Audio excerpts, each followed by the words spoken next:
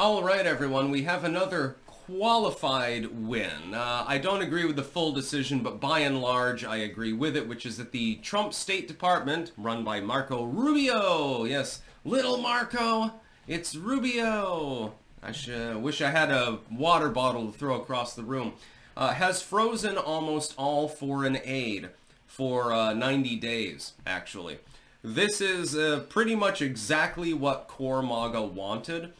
There are only two exceptions, and that's Israel and Egypt. Now, Egypt kind of makes sense because they're highly cooperative with the United States, and also the Sinai Canal is kind of important. Just saying. With Israel, it's more, Donald Trump he's unabashedly pro-Israel. But all other foreign aid at the moment is paused, actually. And they're reviewing, like, who should get what aid, what are we doing with this? So right now we're not giving money to a bunch of other countries that we've been giving hundreds of billions of dollars to for absolutely no reason in some cases. This is a very, very positive thing. Again, I would just pause all aid and say all of you can screw off because you don't need our aid in many cases. Israel is a developed nation. I can understand giving Egypt money for better access to the Sinai. Other than that, and maybe Turkey because of, the Bosporus, I would say, generally speaking, we shouldn't be giving foreign aid. The United States taxpayer has to prop up, like Atlas, hundreds of billions of dollars worth in USAID every single year. We give free grain to people in famine zones. We give MREs to people in disaster zones. We give free weapons to people from yesteryear to fight wars, and everything else under the sun. At some point, we have to be honest with ourselves and realize, while we can protect the Western world, and while we can save our allies and we can help people around the world, there are limitations to our ability to do this.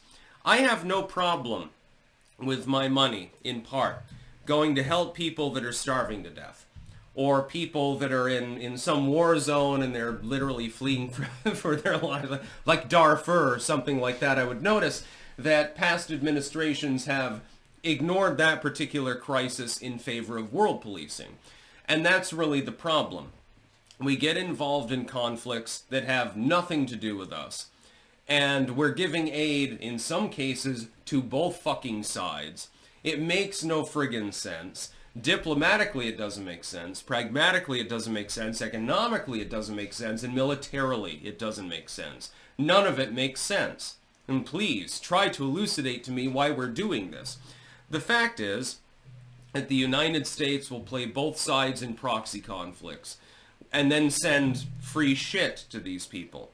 We have millions of people in the United States who are badly impoverished, incapable of paying their bills. We have millions of people who are outright homeless in our country. We have elderly people on pensions that are incapable of paying for heating fuel and things like that. We don't need to be giving so much money to foreign countries when we could be helping the domestic population. Charity starts at home.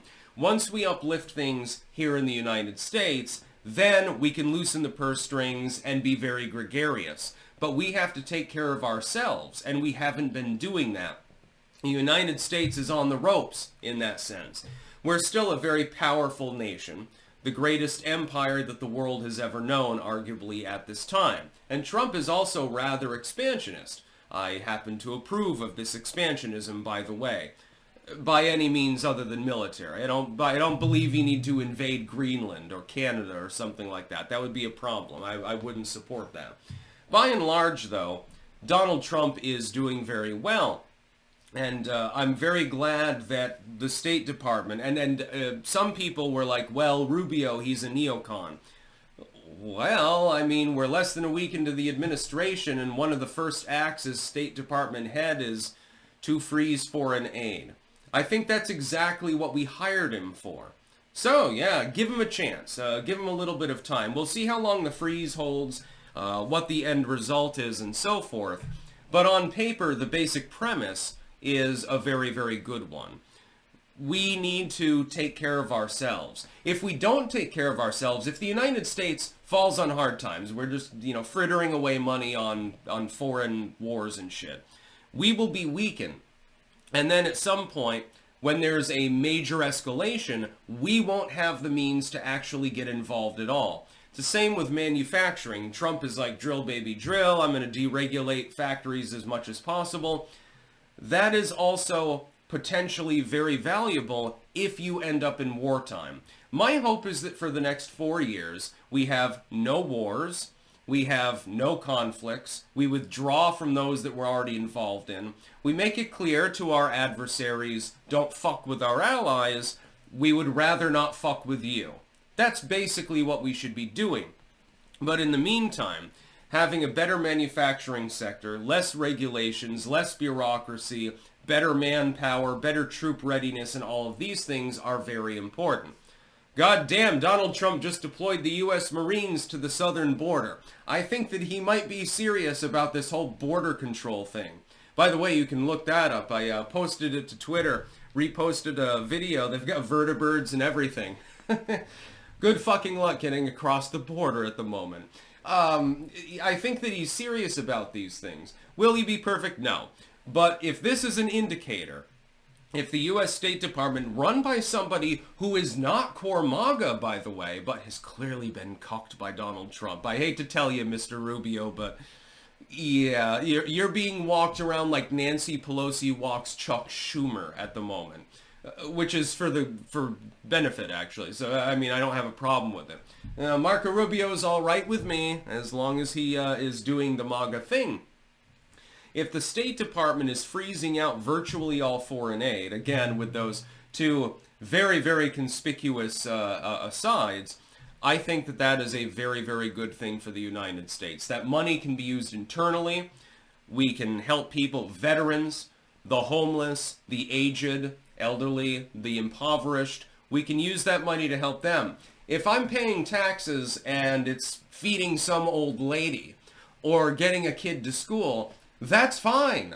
And I say this as a goddamn libertarian. I just don't want it to be used to make munitions to kill Yemeni orphans or something like that. And I definitely don't want it going to fucking Pakistan or some other third world nation, which has nuclear weapons, by the way, for absolutely no goddamn reason. That's all I'm asking, just for a little bit of sanity. I'm willing to cooperate. I'm willing to negotiate on these issues. Unlike some of the more hardcore libertarians. That's about all. Peace out.